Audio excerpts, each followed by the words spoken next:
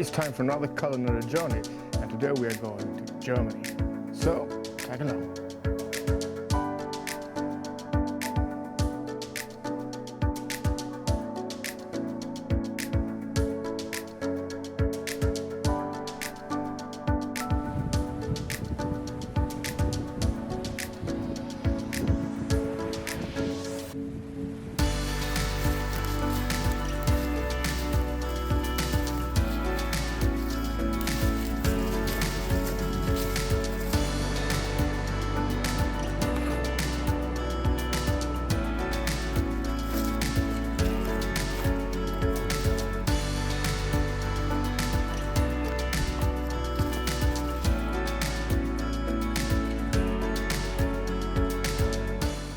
Well, I got this tip from Marcus Mannig, and he suggested a German dish that's called Bauernfrühstück, and it basically translates to the farmer's breakfast. So that's what I'm going to do, and I'm going to go kind of small today. Here's my entire cook set. So I need a pan, and I'm going to do everything in the pan, including eating from it, and I got a cup to make my coffee. So that's it. So and before we start everything up, let's bring out the food and make some mise en place, as it were. I need a couple of eggs. I need an onion, and a small one at that. I need some butter for frying. Of course, I'm going to need coffee. I'm going for some pork and salt and pepper, of course. Some pickles on the side, and something for the chef. Since this is a German beer, German dish, I thought a lager would sit nice to that. Well, but Bauernfrühstück, you can basically eat it any time of day. It goes just as good to lunch or dinner as was breakfast. But the story behind it, supposedly that's what a farmer needs for the really tough labor he's going to do during the day. So it's yesterday's potatoes, there's onions, pork, and the eggs. And I've seen a lot of varieties on this when I googled. I guess some are locals and so forth, but this is the common denominator. That was a hard one, you know what I mean. The thing that all had in common. And then most of the recipes call for bacon, but I doubt that most German farmers were using bacon on a daily basis. So I went for pork belly because I think that would be probably more typical. And some recipes call for raw potatoes and some for yesterday's boiled, and I thought it's pretty likely that they use yesterday's leftovers, so I went for boiled, pre-boiled, and that also takes down my cooking time, which is nice. And pretty many recipes have something green, and I think that's basically for concept of colors. Some have green peppers, chives, and so forth, and I go with pickled cucumbers because another contrast in colors, but also concept is taste, and I think that's good. So what little prep is needed, I'm going to do right now. Cut the onions, cut the potatoes, and the pork belly. And I think I start off with the potatoes because it's easiest that way. I'm going to quarter them and then make semi-thick slices. I think that will suit nice to the rest of the dish.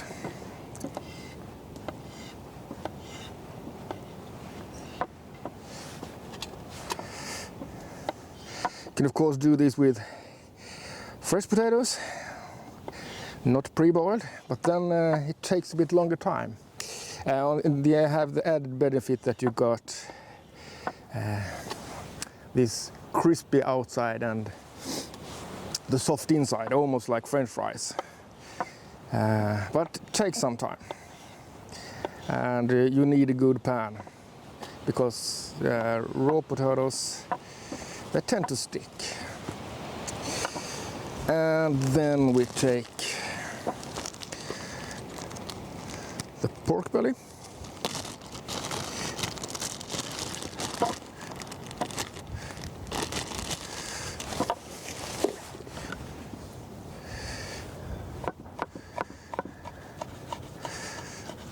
I want kind of dices. And just for one and the small pan I have, I reckon that 2 rashers would be plenty.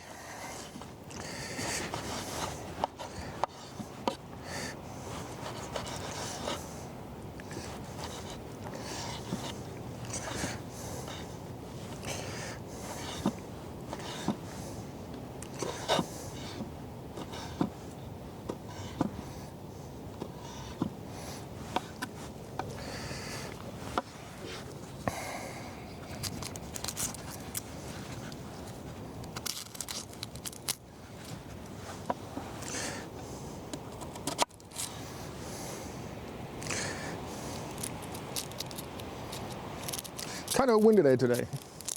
I hope that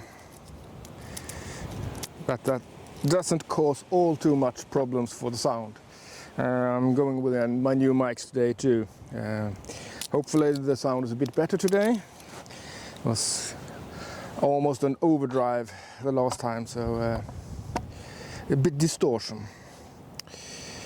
And I think I want semi-thick dices on the onion.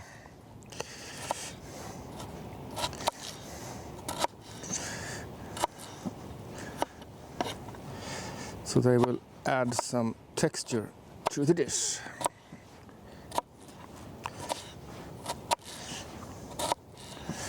Now, that's quickly done.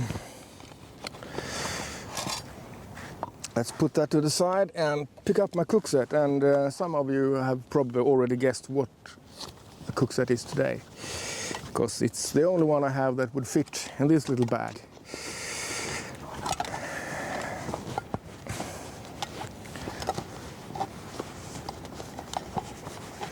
So here I have my cup. I'm gonna make the coffee in later with the lid on, and a windshield for a Trangia triangle. That's what we're cooking on today.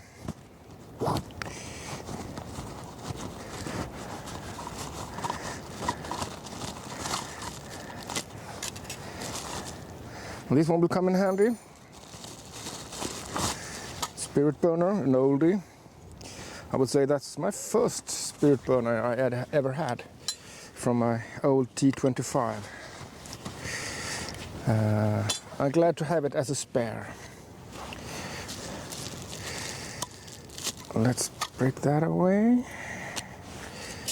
And let's see if the method I used last time still works good, to put the pot holder in from the get-go.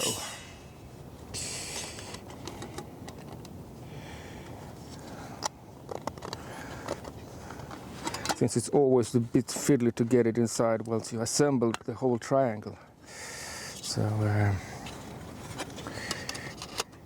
let's see if that was a fluke or if it holds true today also. Well, I think there's a method to the madness. And in with the burner.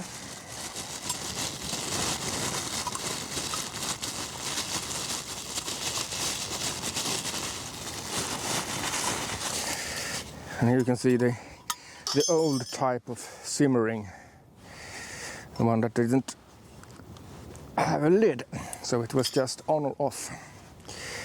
And This one is as tight as ever.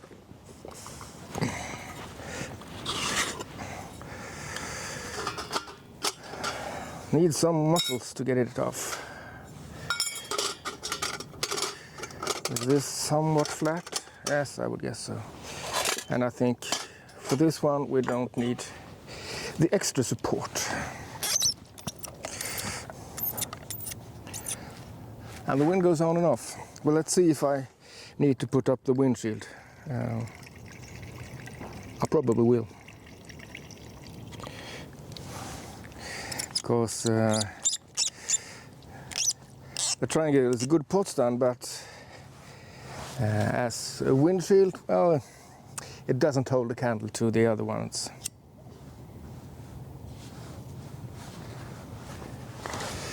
The fire is going. Let's add the pan. Not you, but you. In with some butter so I get a signal when it's time to add the pork.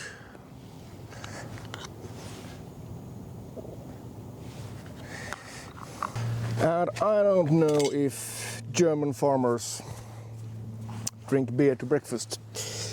Probably not, but I'm on a day off. It's in the middle of the day and I'm having a good time, so cheers.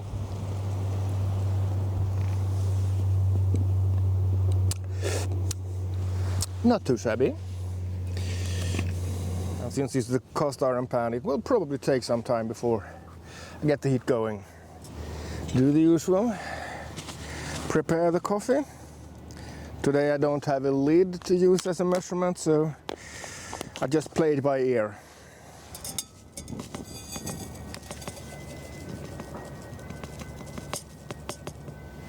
Yeah, something like that.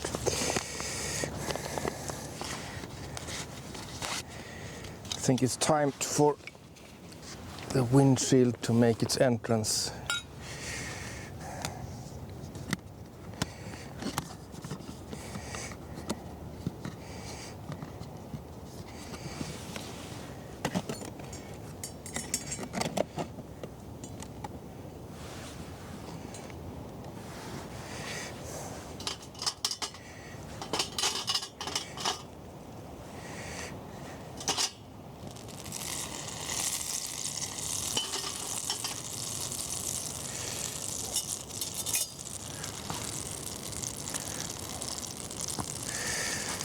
And since the flame is so close to the handle and it's a cast iron handle, I suppose I better use the gloves from the get-go.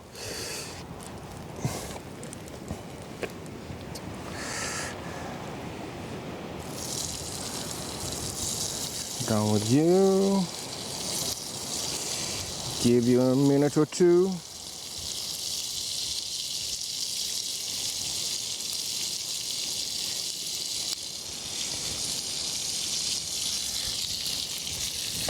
Render out the fat from the pork belly. I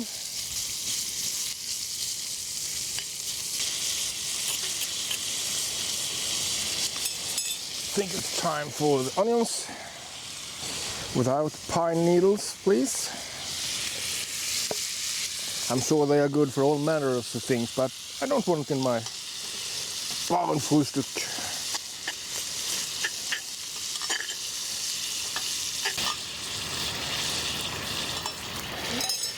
And add some salt and pepper.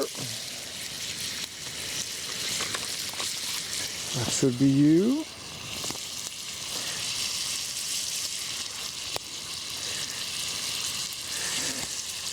Black pepper, please.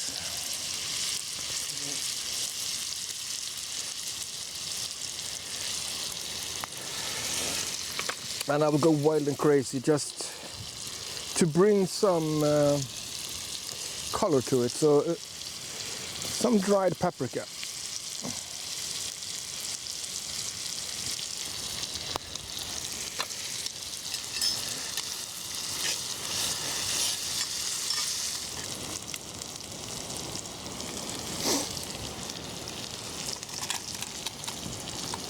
think we're getting to the time where the potatoes goes in, and I think I can say right now that 3 potatoes was a complete overkill. There's no way I'm gonna fit them all inside here.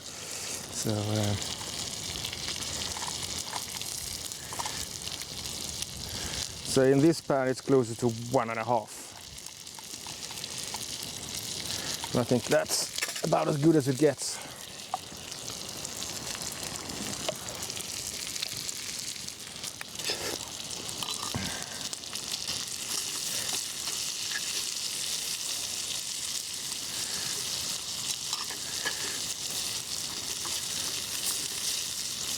Yeah, time to whisk up the eggs.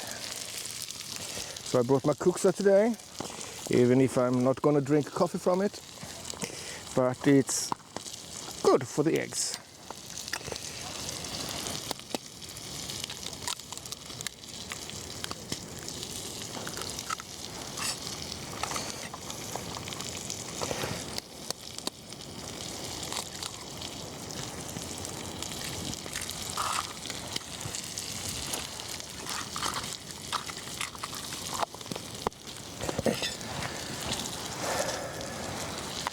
Let's whisk them up.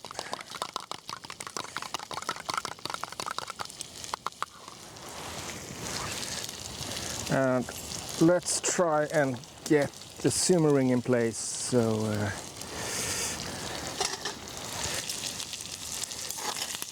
this has a chance to come together in a sensible fashion. Like so.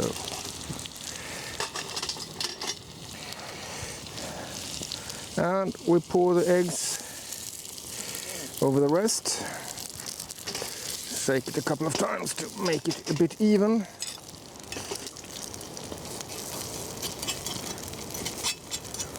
Let's just sit for a couple of minutes until eggs set.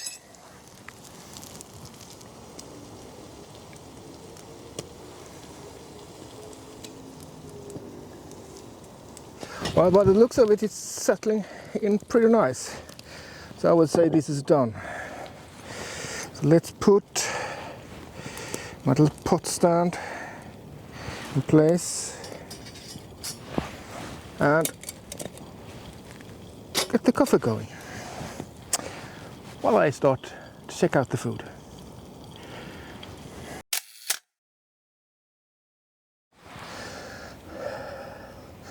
Some Bauernfrühstück, farmer's breakfast.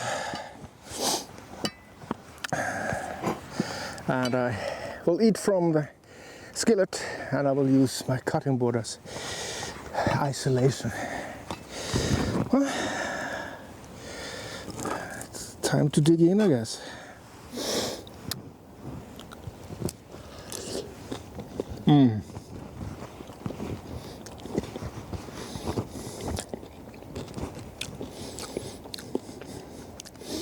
No, yes.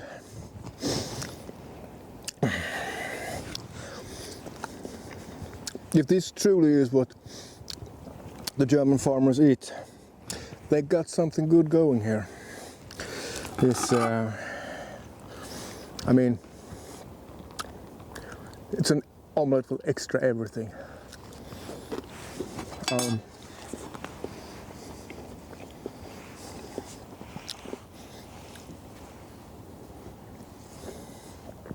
Yeah, and the lager beer sits very well to this one.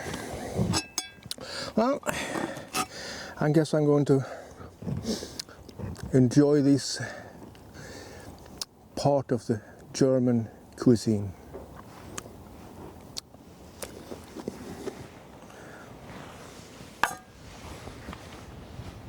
Well, the wind is picking up, so I'm happy to round this off with a cup of warm coffee.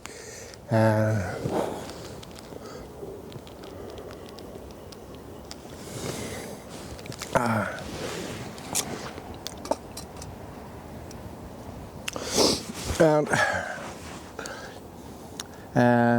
this cold also gave me good insight, something I probably already knew, but now I experienced it properly, and it's this little cast iron skillet. Since it has rather thick walls, I don't know if you can see it. It's a heavy little bugger anyway. This keeps the food warm all the way. We're a couple of degrees over freezing right now, and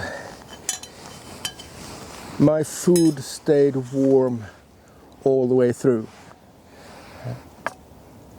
And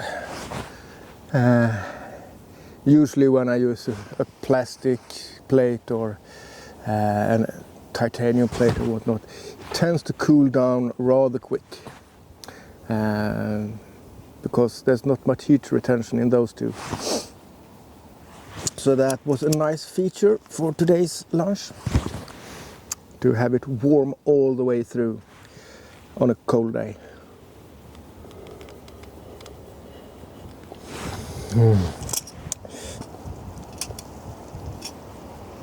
I really must say that this Bauernfrühstück, farmer's breakfast, it was delicious. There are pretty many recipes that reminds of this. I mean, I did something I call a farmer's omelette. We call it that in Swedish bondomelett, and it has some similarities with the frittata and whatnot. So I guess this is a kind of dish that's common for all places, basically, that have a farm with some chickens, that grow some potatoes, and has a couple of animals you use for meat. So I guess any one of those places will eventually discover this dish spontaneously.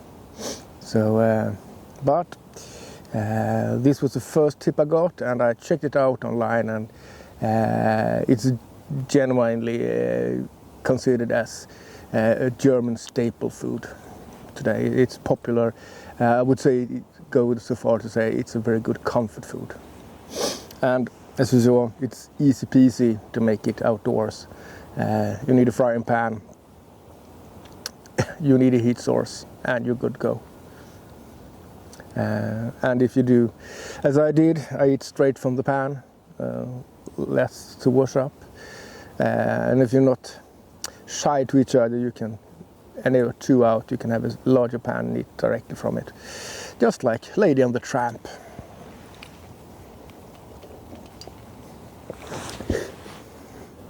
And I would like to do a shout out at my members that already joined. I have a bit of delay. I pre-record my videos almost a week ahead. So, but this morning when I went out, there were 8 members, and a special cheer to you. You're legends. And this pre-recording of videos, it also means that any comments you make, it takes at least a week before I comment on them in a video. As for suggestions, I'll try to answer the comments as quick as I can, and usually within 24 hours. But sometimes I think some of the comments needs to be addressed in a video, and that will be a delay for at least 1 week at the present.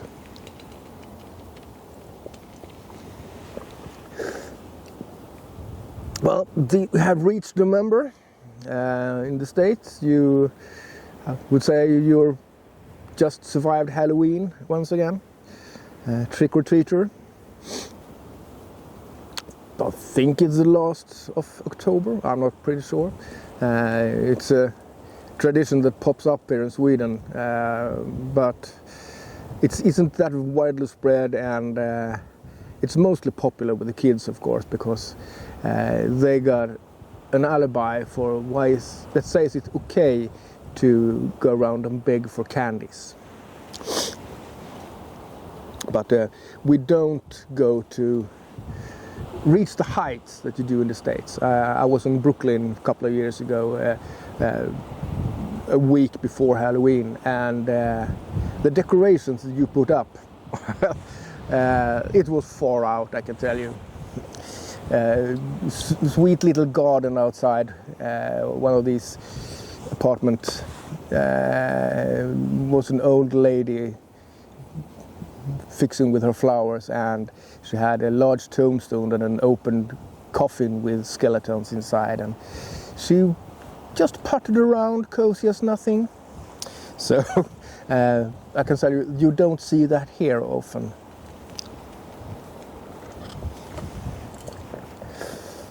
Well, it's getting chilly. I hope that you all are well and you have a fabulous autumn. It's still beautiful, but more and more trees are standing bare now. No leaves, and in a couple of weeks' time it's just the winter greens left, and it's a bit sad for me, I must say. But I hope you have a beautiful autumn, and in the southern hemisphere you are going for spring and looking forward to summer, I guess. And even if there's a delay in the comments, don't hesitate to write them down, and keep these comments about 80 recipes around the world. Keep them flowing. I got a few stacked on top of each other, but with this counted, I think I still have 78 to go. No, 69 to go. So just spam me. It doesn't matter if somebody already made a suggestion from your country. I think there will be room for several recipes from each country. So take good care. If you took something from the video, give it a thumbs up. It helps me greatly. And if you're not yet a subscriber, well, consider pressing that subscribe button and the bell at the side as well, so you really get a notification when I'm out for new shenanigans. But until next time, take good care. I'll see you then. Cheers.